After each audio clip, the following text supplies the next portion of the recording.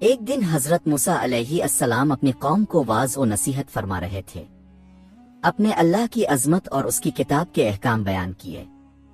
سامعین نے اب سے سوال کیا، اے اللہ کے نبی، کیا زمین پر کوئی ایسا شخص ہے جو اب سے زیادہ علم رکھتا ہو؟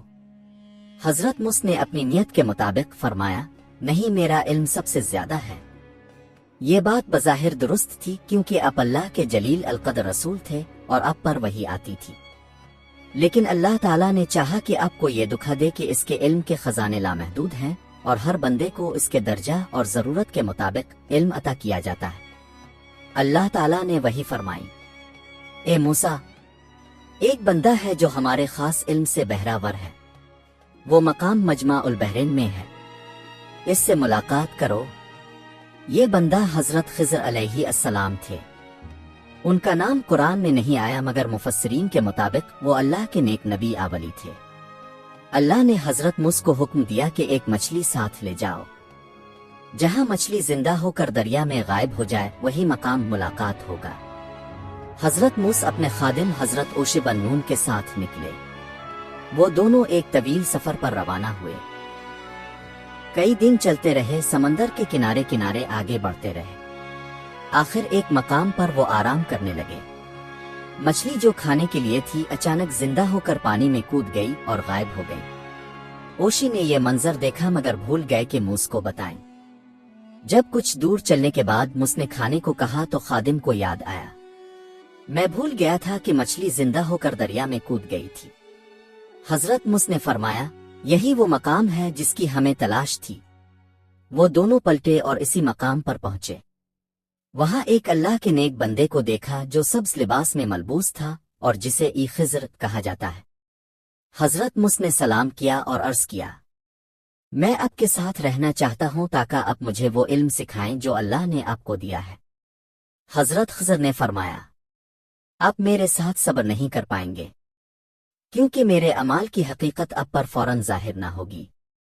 موسیٰ نے کہا، اگر اللہ چاہے تو آپ مجھے صابر پائیں گے اور میں نافرمانی نہ کروں گا۔ آخرکار حضرت خضر نے شرط رکھی، اگر میرے ساتھ رہنا چاہتے ہیں تو مجھ سے کسی بات پر سوال نہ کریں جب تک میں خود وضاحت نہ کروں۔ وہ دونوں چلتے ہوئے ایک کشتی میں سوار ہو گئے۔ کشتی کے مالک غریب مزدور تھے جو لوگوں کو دریا پار کراتے تھے۔ انہوں نے حضرت خضر اور موسیٰ کو بلا اجرت سوار کر لیا۔ کشتی کے دوران اچانک خضر نے کلہاڑی نکالی اور کشتی کے تختے میں سوراخ کر دیا۔ پانی اندر آنے لگا۔ حضرت موسیٰ حیران ہوئے اور بولے، آپ نے یہ کیا کیا؟ یہ تو کشتی کو ڈبونے کا عمل ہے، کشتی والے تو غریب ہیں۔ خضر نے مسکرا کر کہا، میں نے کہا تھا کہ اب صبر نہ کر سکیں گے۔ موسیٰ کو اپنی پہلی شرط یاد آئی۔ انہوں نے کہا، مجھے معاف کیجیے، میں بھول گیا تھا، اب صبر کروں گا۔ پھر وہ دونوں آگے بڑھے۔ راستے میں ایک خوبصورت لڑکا کھیلتا ہوا ملا۔ خضر نے اچانک اس لڑکے کو قتل کر دیا۔ موسیٰ چونک اٹھے، آپ نے ایک بے گناہ جان کیوں لی؟ یہ تو بہت بڑا گناہ ہے۔ خضر نے کہا، میں نے کہا تھا اب صبر نہ کر سکیں گے۔ موسیٰ نے دل میں بوجھ محسوس کیا مگر وعدہ یاد آیا اور کہا، اگر اب کے بعد میں کچھ پوچھوں تو مجھے اپنے ساتھ نہ رکھنا۔ وہ دونوں ایک بستی میں پہنچے۔ وہاں کے لوگ بڑے بخیل اور سخت دل تھے۔ انہوں نے مسافروں کو کھانا اور پناہ نہ دی۔ ایسے میں خضر نے ایک ٹوٹی ہوئی دیوار دیکھی جو گرنے والی تھی۔